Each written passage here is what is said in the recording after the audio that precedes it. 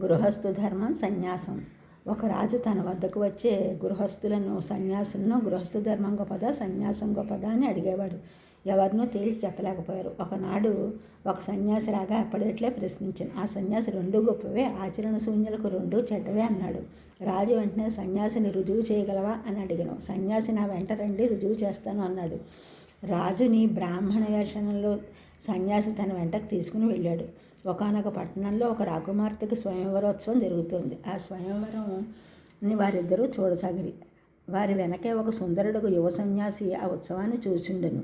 రాజు కూతురు సభలోని రాజపుత్రులనెల్లా చూచియు వారిని వరించక ఆ యువ సన్యాసిని మెడలో వరమాలు వేసెను. ఆ సన్యాసి ఆ మాలను నేలపై పడవేసి విసవిస వడిలిపోయాను. కన్యాతాతయ్యకు రాజు, అయ్యా, నా కుమార్తెను పెండ్లాడిన వారికి అర్ధరాజ్యమును నా అనంతరమును మిగతా రాజ్యమును ఇస్తునని కేకలు వేసెను. సన్యాసి రాజు మాటలు వినియు సౌందర్యగు రాకుమార్తెను పొందక వడివడిగా వడిలిపోయాను. అయినను రాజు కూతురు మగని వెంట పరుగుడుదొచ్చెను.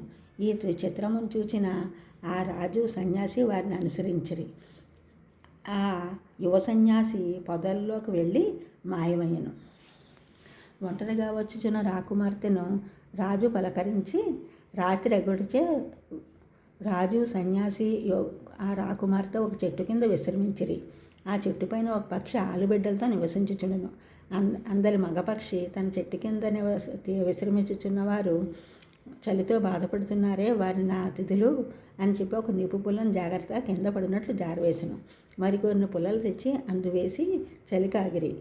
అప్పుడు ఆ పక్షి, వీరు నా అతిథులు, వీరికి ఆహారం పెట్టుటకు నా దగ్గర ఏమీ లేదే అని ఆ మంటలో పడి ఆ మాంసమైన తిందులను భావించి మంటలో పడను. తర్వాత ఆ ఆడపక్షి భర్త లేకుండా ఎట్లు అని ఆ మంటల్లో పడను.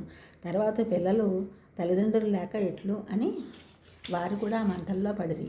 అప్పుడు ఆ సన్యాసి, ఓ రాజా, ఆ యువ సన్యాసికి సుందర్యకు భార్యను రాజ్యవైభవమును తనకు లభించినను త్రోసి పారవేసెను. గృహస్థాశ్రమంలో ఉన్న ఆ పక్షి కుటుంబము అతిథి సత్కారములకు తన ప్రాణములనే బలి ఇచ్చింది. స్వధర్మము చక్కగా పాలించేవారు గృహస్థుడైనా సన్యాసి అయినా ముక్తికి అర్హుడే కదా అని రుజువు చేసి తన దారిని తాను వెళ్ళిపోయాను. ఈ ఛానల్ చూసిన వారందరూ కూడా సబ్స్క్రైబ్ చేయండి, షేర్ చేయండి, లైక్ చేయండి, కామెంట్ చేయండి. సబ్స్క్రైబ్ చేసిన వారికి కూడా కృతజ్ఞతలు. షేర్ చేసిన వారు, లైక్ చేసిన వారు, కామెంట్ చేసిన వారికి కూడా ధన్యవాదములు.